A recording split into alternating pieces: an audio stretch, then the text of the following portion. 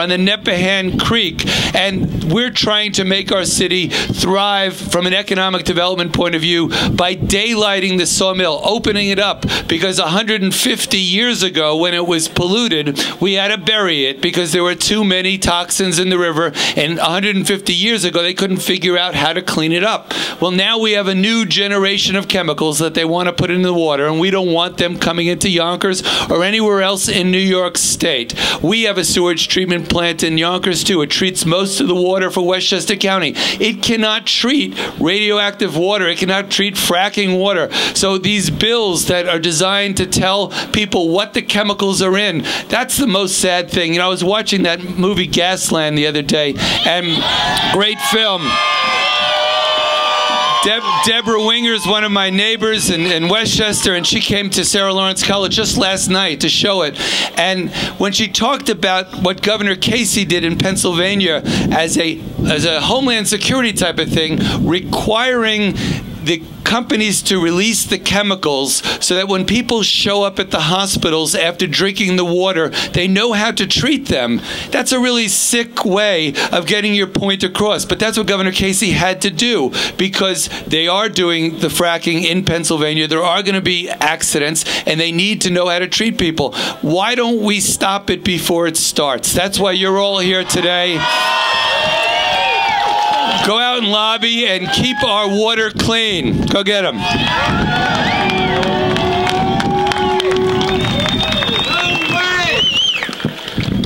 So for the folks out here who have been working on this issue for 2.5 years or a year, the next speaker doesn't need a whole lot of introduction because a lot of people have seen her speak and read her work.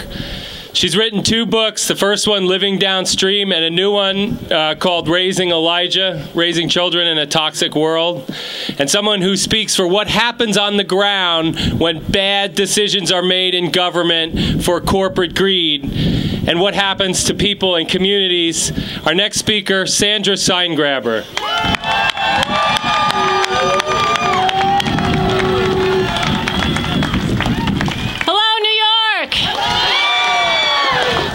Sandra Steingraber. I'm a biologist and an author and a mother of 2 young children. And I'm also a cancer survivor. 32 years ago, I woke up in a hospital bed and I heard a doctor say that I had bladder cancer.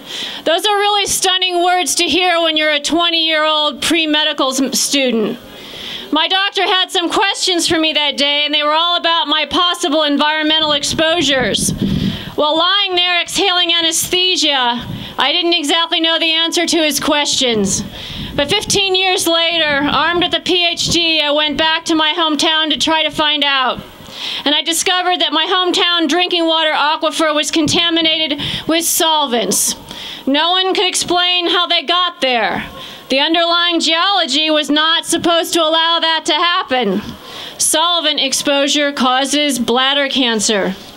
I wrote about my discoveries in my book, Living Downstream, which is now a movie. And the research for that book took me across the length and breadth of this nation. I found out a lot of communities are suffering from groundwater contaminated with chemicals, and no one can explain how exactly they got there. There's just something about the subterranean landscape that we walk over every day that's a complicated, unmapped world with many invisible, interconnecting passageways that are only discovered and mapped when something goes terribly wrong.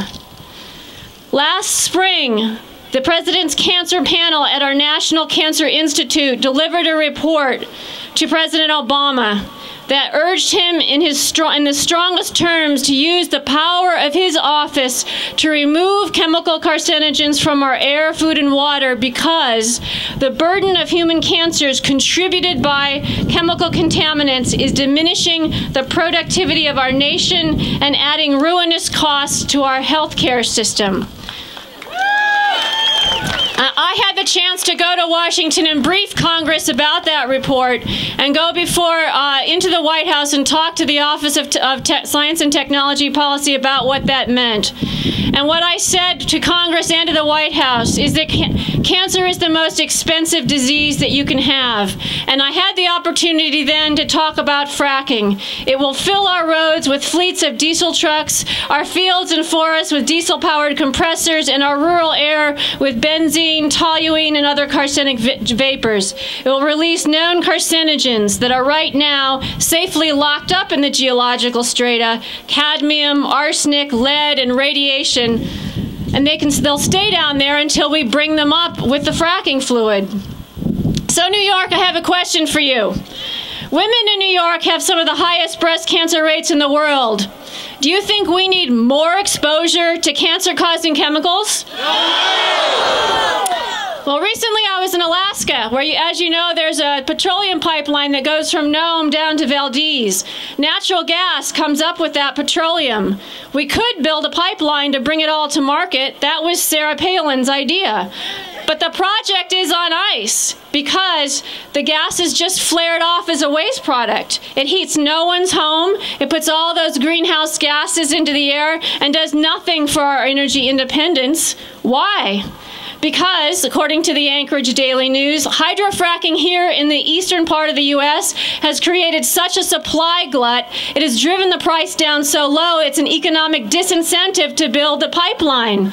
So we're being asked to turn over our precious New York water into poison, use it as a club to shatter the bedrock of our communities, and teach our teenage children how to drive on icy roads full of 18-wheelers hauling hazmat, and meanwhile, natural gas on the North Slope is just a waste product.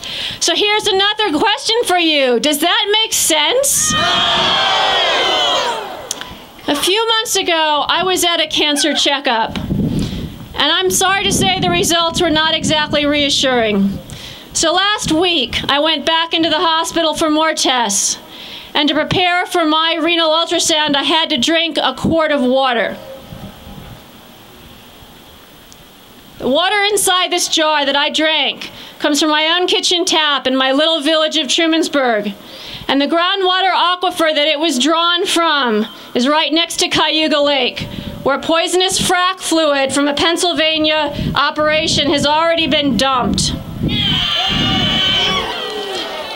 All right, an hour later, after I drank this water, I learned that the abnormal spot on my bladder wall is still there. Now, it could be just scar tissue. To find out, I have to go through some more tests. Later on that same Thursday, I debated the gas industry in a forum on fracking at the Cornell Law School. As my audio-visual aid, I refilled a jar with tap water and I brought it with me. And in my opening remarks, I gave the jar to Paul Hartman of the Chesapeake Energy Corporation. Do you think he did? Do you think he agreed to join me in a drink? No, he did not. Do you think that he promised to protect this water as I asked him to? No, he did not. In fact, he entirely ignored my water and he left my jar behind for the janitorial staff of Cornell to clean up. So here's another question. Does that sound like the actions of a company that cares about my health? No! All right, New York, you're good at saying no. Now let me see if I can prompt you into yes with another question. A lot of good people here at upstate New York are seriously considering leaving the state before the frackers arrive. They're betting that we lose this fight. But I look out at our beautiful state, and what I see is a history of heroism. I see Lois Gibbs in Buffalo, who fought toxic chemicals at Love Canal. I first read about Lois Gibbs while lying in a hospital bed in Pekin, Illinois in 1979. I look out at our state and I see Auburn, New York, the home of the abolitionist Harriet Tubman, where they have also dumped frack water. She refused to accept the reality of slavery. New York is the home of Susan B. Anthony and Elizabeth Cady Stanton. They refused to accept the reality of women's inequality. They stayed here in New York and they fought.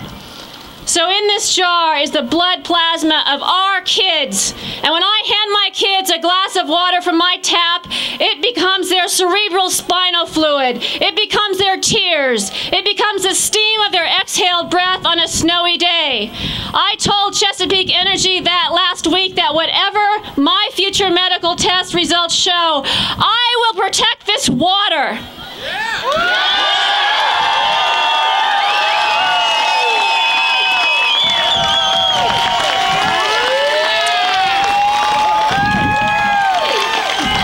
So that water was a gift to the Chesapeake Energy Company that they didn't want.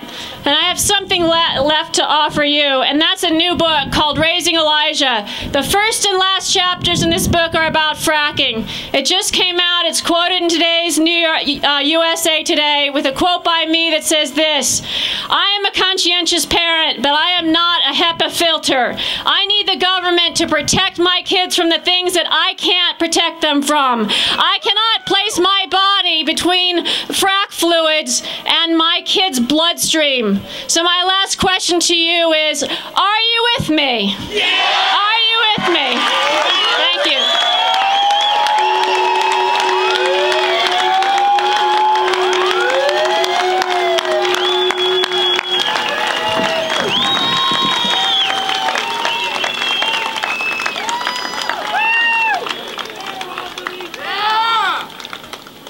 Sandra spoke to this, but one of the things that you've heard from industry is, or from officials sometimes, oh, that's what happens out in Wyoming or someplace else. And the next two speakers that we have are someone from New York, not Wyoming or Louisiana, but someone who's dealing with gas drilling today and the ramifications, the problems that are created from vertical drilling, not just the horizontal hydrofracking that we're holding off right now, but someone who's dealing with that today, and someone else that I don't think I really need to say anything about. So that's Natalie Brant, and the next person that's going to speak with her, has anybody seen a movie recently? Josh Fox.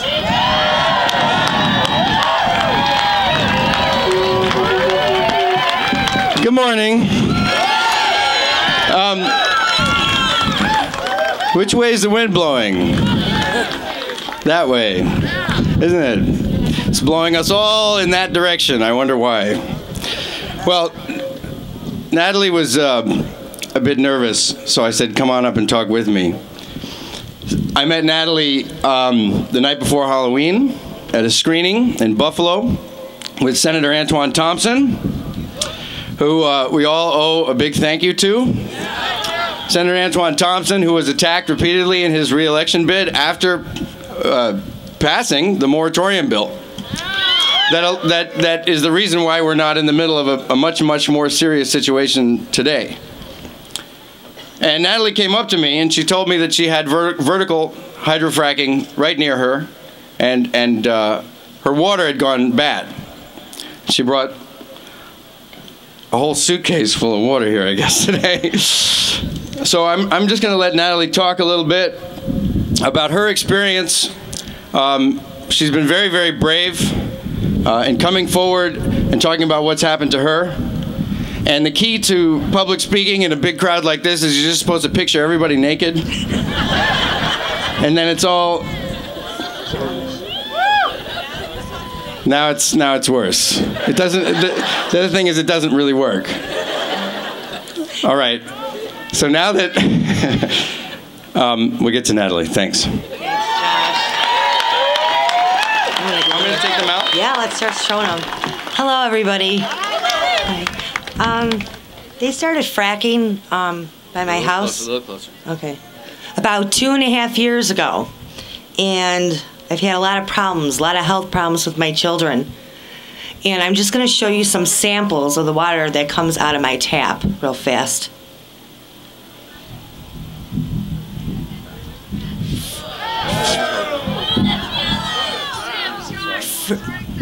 From one day to the next, you don't know what's coming out of my tap. Like another one, right? There's another one.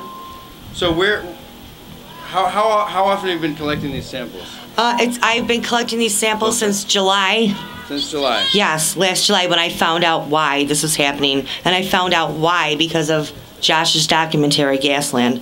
And you could light your water? My water starts on fire. You can light it more than one time, the same container. And my house can blow up. And I can't use the water at all.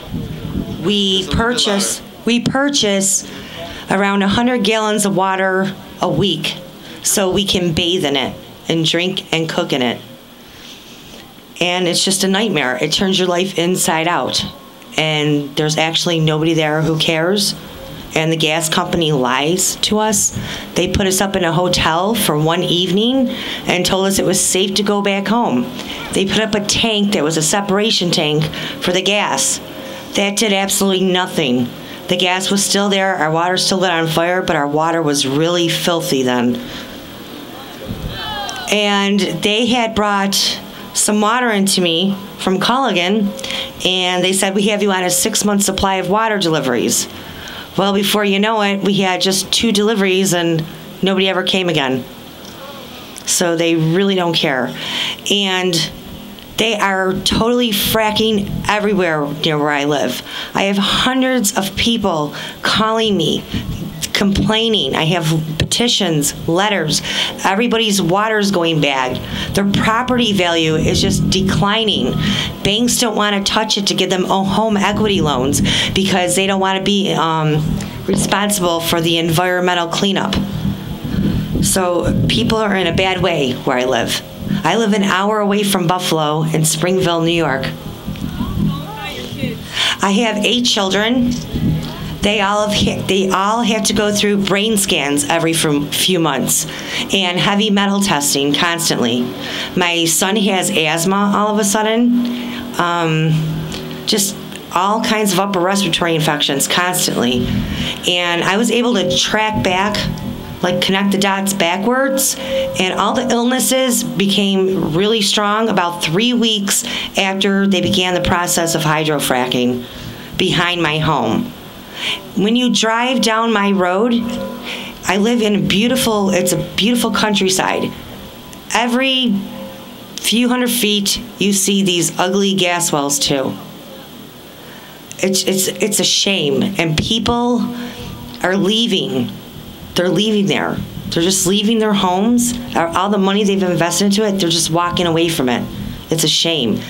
So we need Andrew Cuomo, our governor, to have backbone to stand up to this gas and oil industries and tell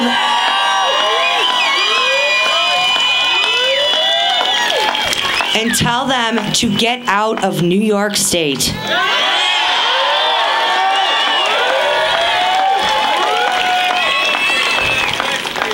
I do not believe that we need any more moratoriums, and neither do any of the residents of where I live, as I can show you all the water. We need this banned immediately.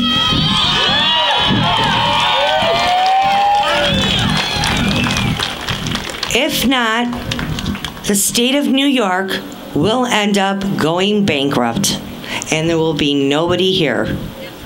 And we live in one of the greatest states in the United States of America.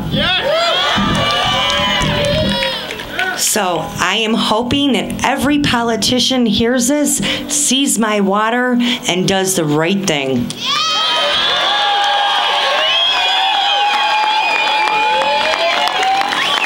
Thank you. And I hope you can join us here on May 2nd for a big rally on banning fracking. That's going to be done by Frack Action New York. Thank you very much. Thank you so much, Natalie Brant. She's amazing. So let me just tell you, I go all around the United States.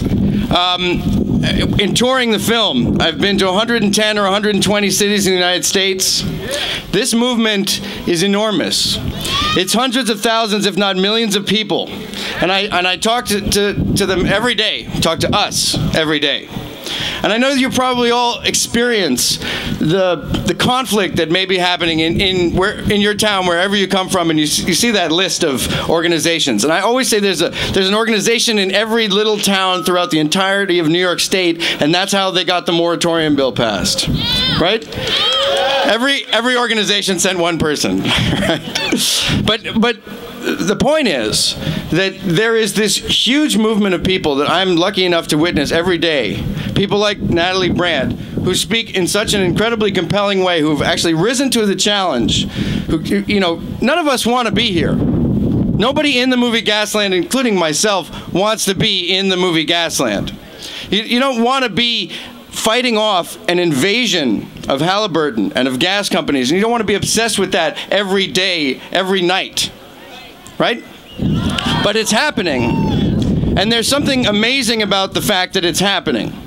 Because what this means is that for the first time in history, you have a collision course between millions of people and fossil fuel extractive energy in America. And that's a force for change. That's a huge force for change. And I'm seeing it, and I believe in it, and it's people like Natalie Brant, and it's an incredible, beautiful, positive thing. So no matter what kind of conflict you might be having with a neighbor, at least, you know that there's this huge extended family of people across America, across the world, that are inspired by what you're doing here in New York State. New York is leading. New York is like the center of sanity in the gas drilling world. It's the only place. The moratorium that was passed is an inspiration to people all over the United States. When I went around and was first making the film and sleeping in the back of my car and talking to people in Colorado, they said, go to New York. We think there might be an answer in New York. You can wake up the people of New York and get everybody going, and then maybe we stand a chance in Colorado. Maybe we stand a chance in Texas, in Wyoming, in New Mexico, in Louisiana, in Utah. And I'm seeing that happening. But I'll tell you what else is happening right now. Right now, in Washington, D.C., there's a Natural Gas Act. And the natural gas industry is pouring it on. They said, oh yeah, we've got 2 months left of that, 3 months left of that New York moratorium. The Oscars are over. This is a good moment for us to kind of move in. And you see what's happening. Front page of Time magazine, right? 5-page profile in Wall Street Journal. A 2.5-day paid advertisement on the Dylan Ratigan Show by T. Boone Pickens on MSNBC, interrupted only by more natural gas commercials. They think you're tired. They think you're going away. They think it's like a good moment for them to insert themselves. So it's amazing. The wind just keeps blowing us into that building over there. It's fantastic.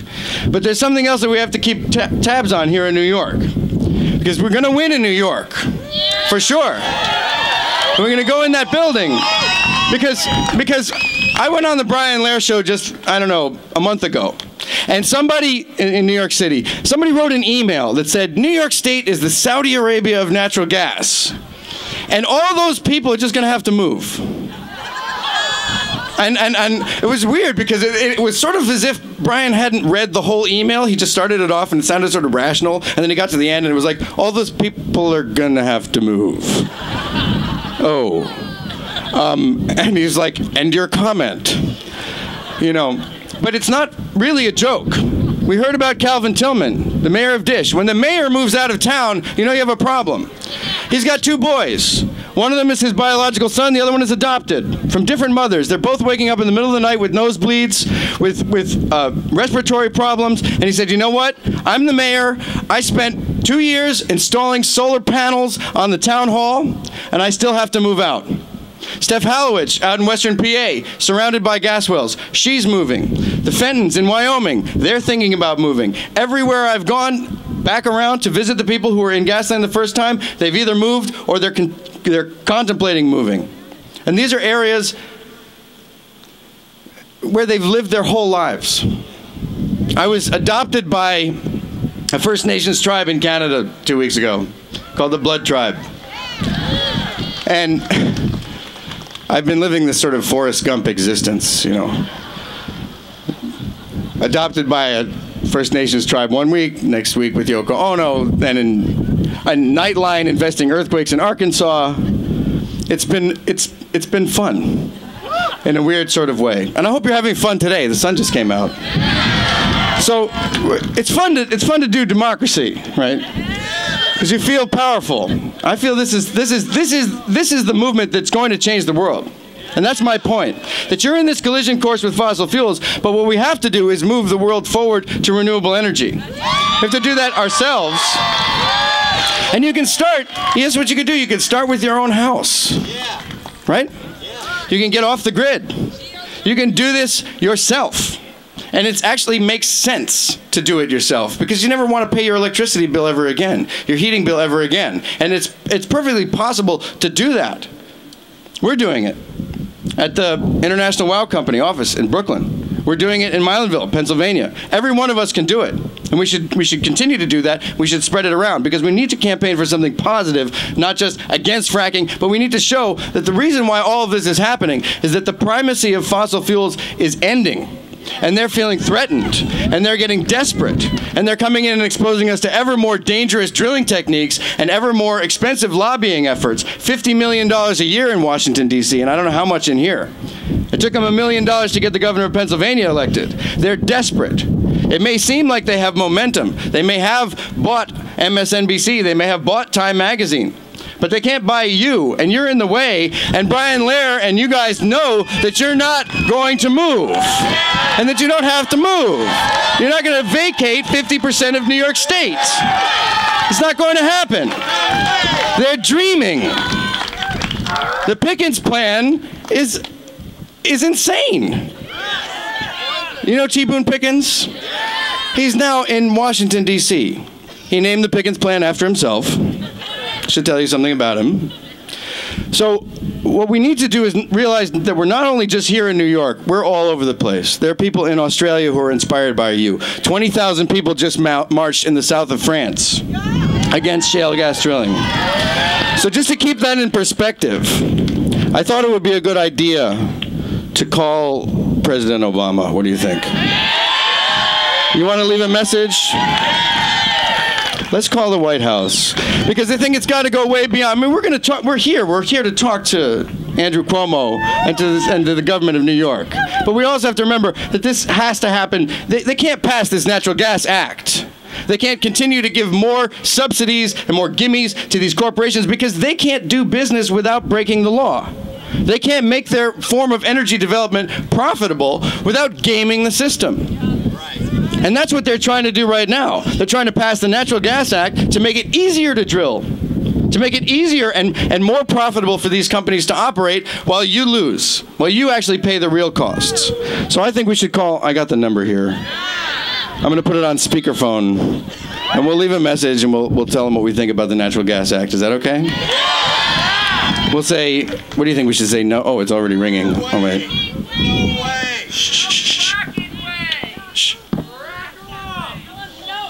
White House? Hi, is this the White House? It is.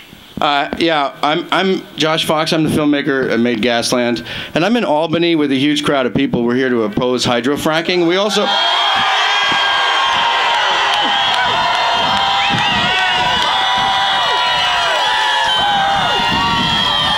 They're a little enthusiastic. We also wanted to voice our opposition to the Natural Gas Act.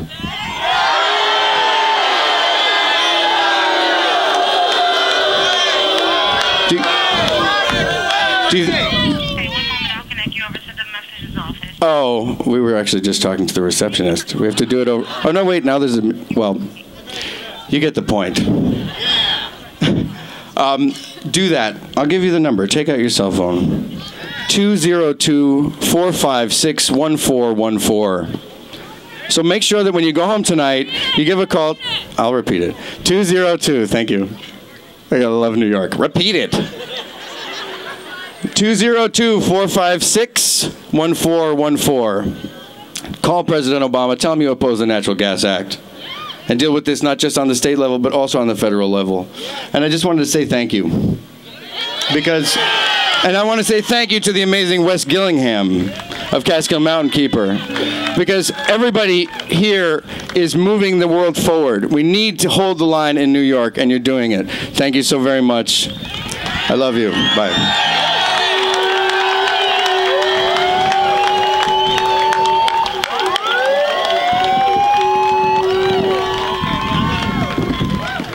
Roger.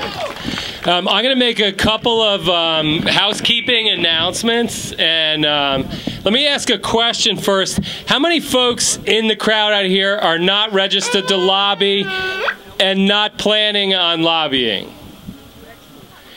Okay, we have some fun things for you to do afterwards. So we have some food. So after the musician we have, we're going to break up. And those folks that aren't going into lobby, stay here, and there will be some people here who are going to explain those fun things to you. We're going to make some noise throughout the Capitol, and we're going to take the message to where it needs to be heard.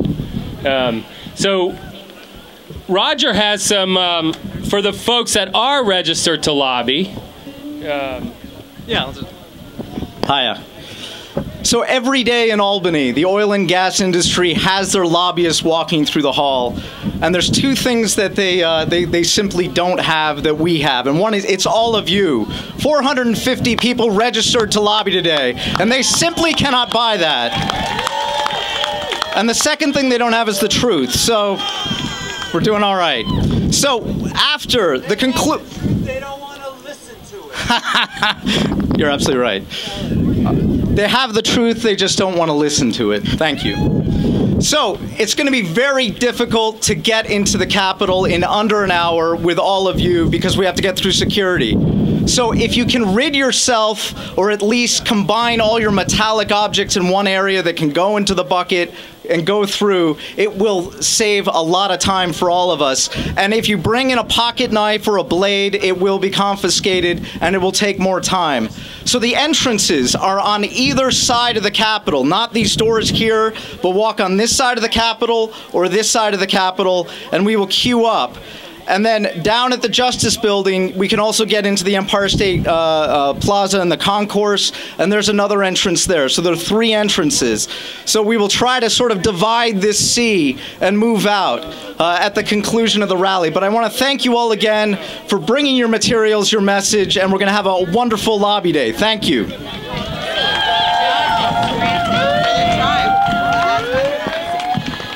So Josh said this should be fun, and we have a musician, Marc Black, who wrote us a song about fracking. So he's going to be up in a second. I just wanted to make one more announcement that someone just came running over to tell me, to remind people, if you have to wear little blue ribbons. I don't have one on right now, but I've worn them around. You'll see some people wearing them. The Sautners from Dimmock, who have been dealing with contamination, and that community down there have been asking people to wear those. They were planning on coming today, but had to go to court in Scranton, so they could not make it. But I want to hear a big round of applause for Marc Black.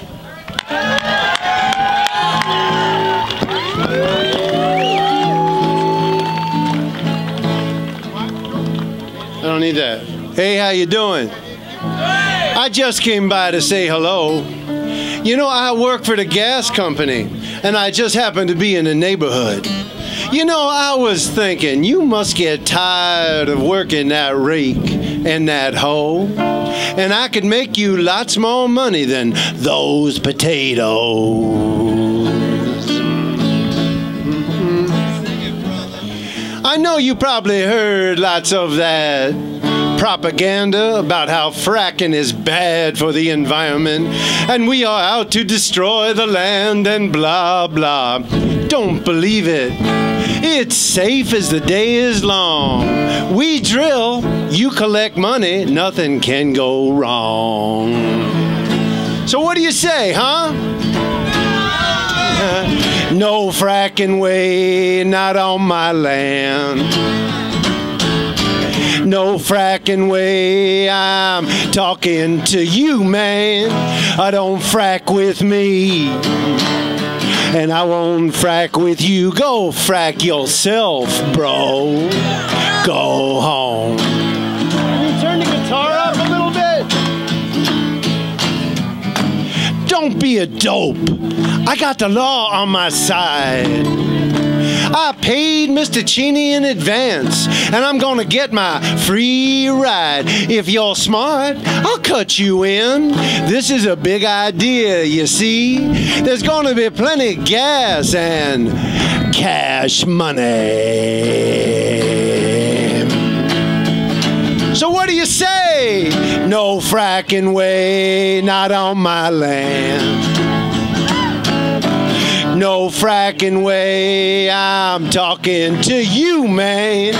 Don't frack with me, and I won't frack with you. Go frack yourself, bro. Go home. Hey, wait now. Everything would be so cool if you would just settle in. There'll be plenty clean, clear water from the icebergs. You know they're melting. And the water from your tap, it'll be the colors of the rainbow. And if someone lights a match, well, that would be a show. So come on, what do you say, huh? No fracking way, not on my land. Let me hear you. No fracking way. Hey, I'm talking to you, man. Don't frack with me, and I won't frack with you. Go frack yourself, bro. Go home. 'Cause I ain't no schmo, bro. Go home.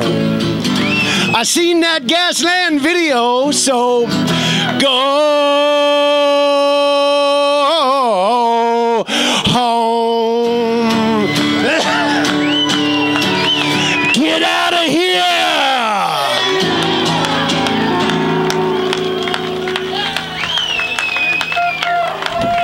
Thank you very much.